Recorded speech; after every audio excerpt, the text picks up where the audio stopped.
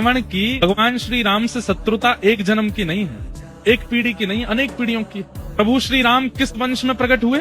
रघुवंश। ऐसे देखा जाए तो सूर्यवंश। सूर्यवंश में एक राजा हुए जिनका नाम था रघु। उन रघु राजा के प्रताप से ठाकुर जी इतने प्रसन्न हो गए कि ठाकुर जी ने उस पूरे वंश का नाम ही रघुवंश कर दिया। और ठाकुर जी ने दूसरा वचन ये दिया कि इस वंश में मैं भी अवतार लूंगा, क्योंकि रघु महाराज इतने प्रतापी हुए। ऐसा प्रताप था रघु जी का। तो आती है कि रावण ने पूरे विश्व पर दिग्विजय कर ली। रावण ने पूरे विश्व पर दिग्विजय कर ली, सारे बड़े बड़े पराक्रमियों को हरा दिया। अरे विश्व की बात तो छोड़िए, स्वर्ग लोक पर भी दिग्विजय कर ली थी। कुबेर आदि सब रावण के यहाँ हाथ जोड़ करके खड़े रहते थे। तो रावण अपने मंत्रियों से कहता है, पूरे विश्व में, तीनों लोकों में अब मुझसे ज्यादा प्रतापी कोई बचा नहीं है।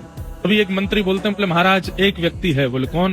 उत्तरीय क्षेत्र में, भारत के उत्तरी क्षेत्र में विराजमान रघु महाराज। रावण इतना पुराना है, रघु महाराज के समय पे भी रावण था, तब युवा था रावण। भगवान राम के समय पे भी वृद्ध नहीं हुआ था।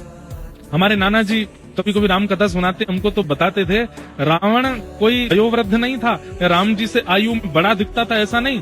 उसको देख करके ऐसा लगता था कि उसके पुत्र अश्वनी उसके पुत्र अक्षय कुमार आदि भी उसके सामने बड़े लगते थे। रावण इतना युवा लगता था, कोई आलस्य नहीं, कोई झुर्रियां नहीं, कोई बाल सफेद नहीं उसके, वैसा ही पराक्रमी था। लेकिन रघु महाराज के समय उसका पराक्रम और भी ज्यादा तीव्र था, क्योंकि वो उसका प्रारंभिक समय था।